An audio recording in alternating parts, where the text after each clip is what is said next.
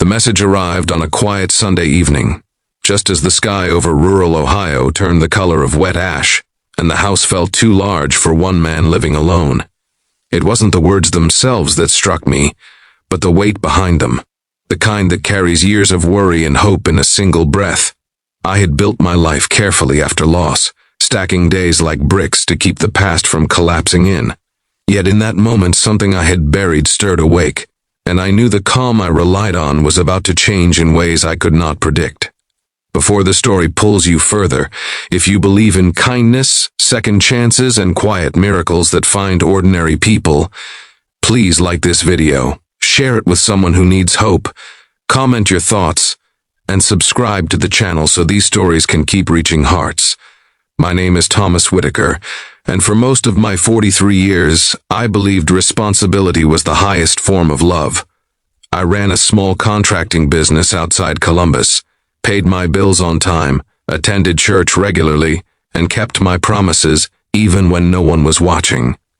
10 years earlier, I had buried my wife, Margaret, after a sudden illness, and with her went the easy laughter and reckless dreams of youth. Since then, life became a series of practical decisions, and I learned to carry loneliness like a tool belt, heavy but necessary. People assumed I chose solitude, but the truth was simpler. I feared starting something I might lose again. The message came from a woman named Ruth Caldwell, someone I knew only through community charity work. She had a daughter named Hannah, a name that always sounded gentle to me, like something you whispered before sleep.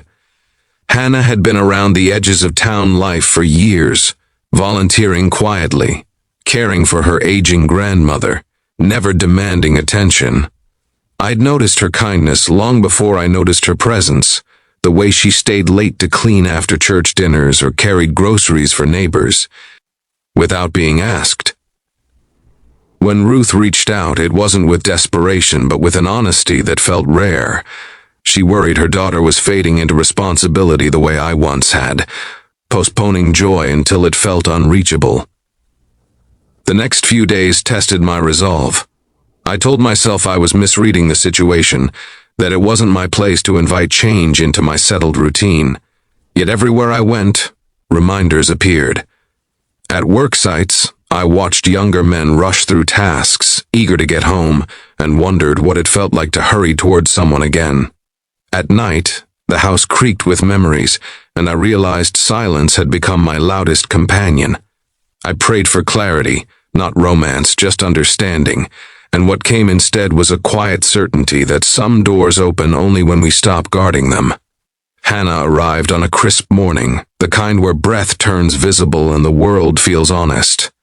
There was no drama in her presence, no expectations spoken aloud. She carried herself with a calm strength shaped by years of caring for others, eyes steady, shoulders relaxed but tired. We spoke over coffee at the kitchen table, not about marriage or futures, but about work, faith, and the odd comfort found in routine. I sensed the same guardedness in her that lived in me, a shared history of choosing duty over desire. Over the following weeks, our meetings grew regular, marked by shared meals, volunteer work, and long walks through fields stripped bare by autumn. What surprised me most was how change arrived quietly. There were no grand declarations, only small moments that stitched themselves together. Hannah laughed once while helping me fix a fence, a sound that cut through the afternoon like sunlight through cloud. I found myself planning meals instead of reheating leftovers, listening more carefully during sermons, feeling present rather than merely responsible. Still, fear lingered. I worried that I was offering comfort rather than commitment, that I might be another. Safe harbor, she would eventually leave. The weight of my past loss pressed against every hopeful thought, reminding me how fragile joy could be. The turning point came during a community fundraiser held in a weathered barn on the edge of town. The space glowed with simple lights, and people gathered not for spectacle but for shared purpose. Watching Hannah move through the crowd, greeting everyone with genuine warmth, I understood something essential. Love, I realized, wasn't about protecting yourself from loss, but about honoring the courage it takes to try again. Responsibility had kept me alive, but it was never meant to keep me alone. That night, standing amid laughter and hymn echoes, the fear that once ruled me loosened its grip. As winter settled in, our lives intertwined naturally. We worked side by side on projects, supported each other through family obligations, and found comfort in shared faith.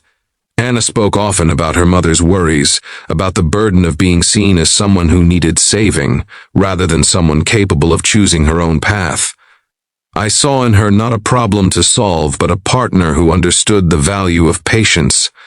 The house that once echoed with emptiness grew warmer, filled with conversation, shared prayers, and the soft rhythm of two people learning to trust. Near the end of that year, during a snowfall that transformed the world into quiet wonder, I understood that some blessings arrived disguised as responsibility. Inviting Hannah into my life had not erased my past, but honored it, allowing loss to shape compassion rather than fear. If this story has touched your heart so far, if it has reminded you that healing can be slow and love can be gentle, please take a moment now to like and engage with this video. Your support helps stories like this reach others who may be standing at the edge of hope. The journey didn't end with certainty or perfection. It ended with commitment rooted in choice, faith, and shared purpose. Hannah. And I chose to build something steady, aware of the risks, yet willing to face them together. Ruth's message, once a simple concern, became the catalyst for a life reclaimed from quiet isolation. Before this story closes, I ask you to leave a comment sharing whether you believe second chances come when we least expect them. And as the final image fades, remember this.